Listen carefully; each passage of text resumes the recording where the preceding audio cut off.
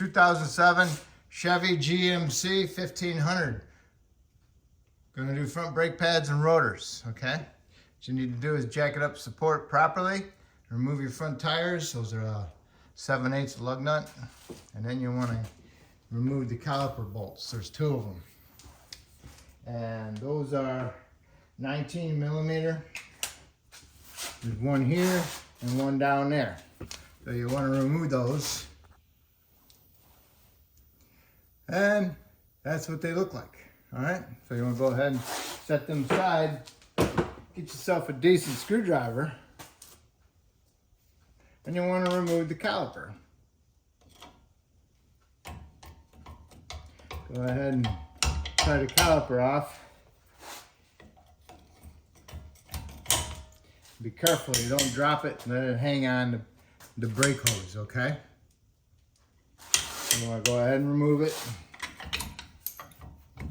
Flip it over, set it on top. Then you want to go ahead and inspect your caliper, the boots, to see if they're torn or if there's any fluid coming out. These inspect okay. So next what you need to do is go ahead and push these pistons in with your tool. If you don't have the tool, then you use a brake pad and a big C-clamp, and you squeeze it together and it pushes the pistons in, okay? I have both, and this one's a pretty good tool. It's a ratchet type, and as you move it, it spreads it apart, pushes the pistons in. It works pretty good. All right, so once you've done that, go ahead and get a wire brush and clean it up. Then next thing you want to do is remove your caliper bracket. This is your caliper bracket, and it has two bolts on it also. One over here and one down here, all right? On the back side. Those are 18 millimeter. So you want to remove those and hold on to your bracket so you don't drop it and have it land on your foot. All right? Ooh, almost on my foot. All right, caliper bolt, bracket bolts. Here's your caliper bracket, all right?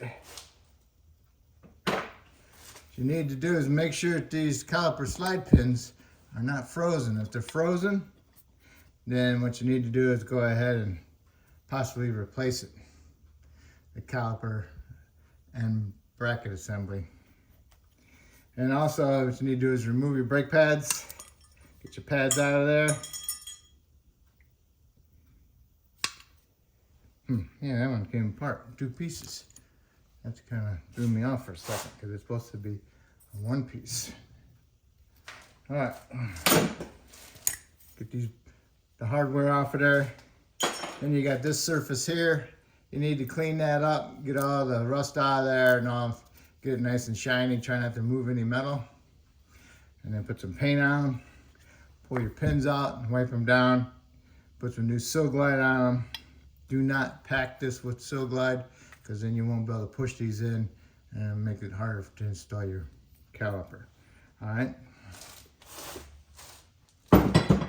Next you need to do is remove your caliper. And the caliper, not caliper, the rotor. The rotor has a retaining bolt on it, and that's a T30 Torx. All right, you need to remove that. Sometimes you end up breaking your Torx and leaving this piece in there. So then you need to do is get yourself a chisel and chisel it, see if you can break it loose. If you can't do that, then you gotta slice it with a die grinder, put an X on it, and you can get a chisel on there and remove the pieces. And then you can smack it with a hammer from behind and I'll bust it off, and then you can just unthread it. All right. Got my retainer bolt out, no problem. If the rotor is stuck on there, spray some penetrant around it and then go ahead and smack it. And if you're replacing the rotor, which you should anyway, you can go ahead and hit it with your mini sledge. The vibration breaks it loose. So you can remove your rotor. Now if you inspect your hub assembly, it's all nasty and rusty, so you need to do is clean that up. This is a stepped hub, which means this is higher and this is higher than the center. So do not try to grind this flat with that. Not going to happen. All right, so you need to clean this ridge up and this ridge up.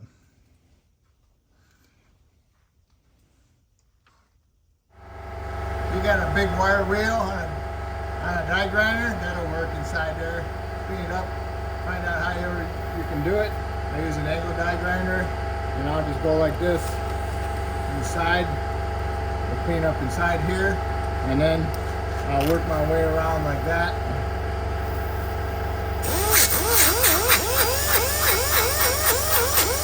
Let it clean it up.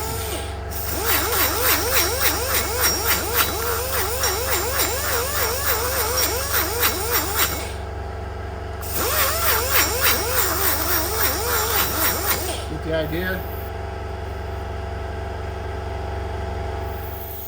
And then always save your wore out ones so they're nice and small because they work perfect. You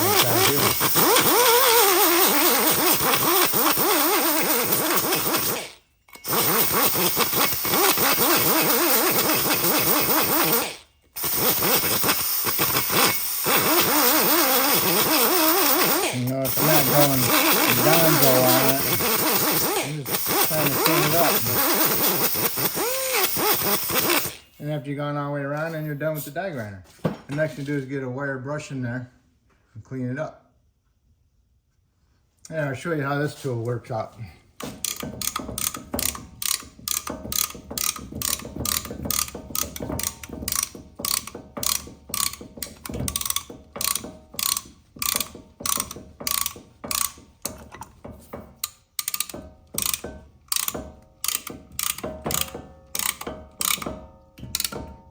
And put it in reverse, loosen it up. It's really extend there. All right. So now I can just thread it back together. Spin them in with your hand now. That's fine. All right. That's how that tool works. All right, I sprayed them down. Some brake clean.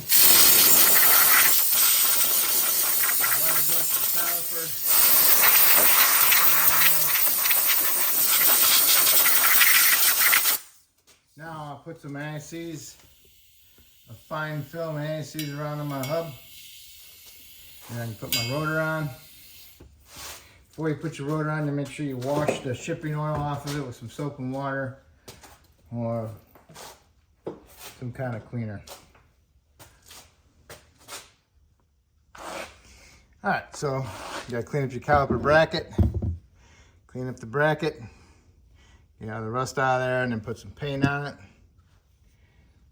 And then also your slide pins, pull them out, clean them up, put some Sil Glide on them. Always put Sil Glide on the bench and roll this in there. Get it in there and then I'll just push it in there. And as I go in, I twist it. All right. And wipe off the excess. Let your paint dry and go ahead and clean up your rotor and put your rotor on.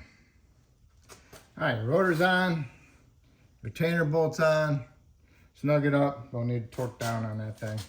Next you want to do is put your caliper bracket on with your 2 bolts. And once you got them on there,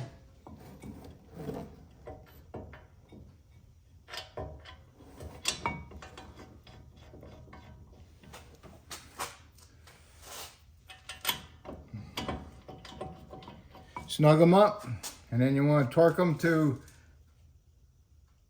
74 foot-pounds. All right, got these torqued, 74 foot-pounds.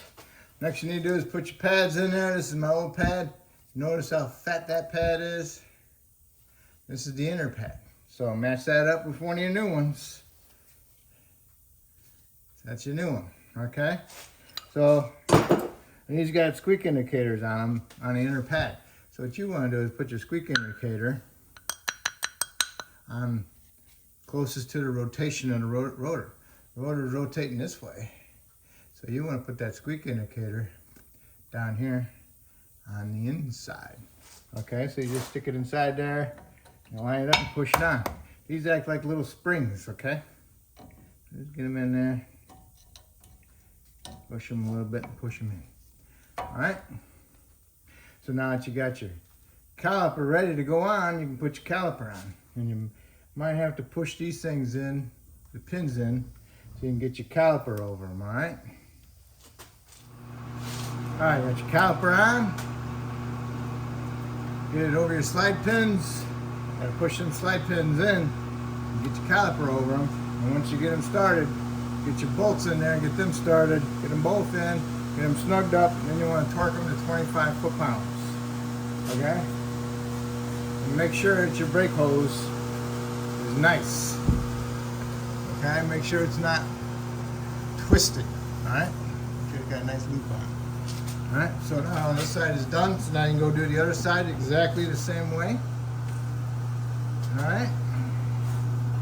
And after you get that all done, you can go ahead and put your tires on, torque the lug nuts to, get the big studs on them, so these are 140. Tighten your lug nuts to 140. Lower down to the ground, go inside the vehicle, start it up, put your foot on the brake and push it to the floor a couple times, make sure you got a decent firm pedal.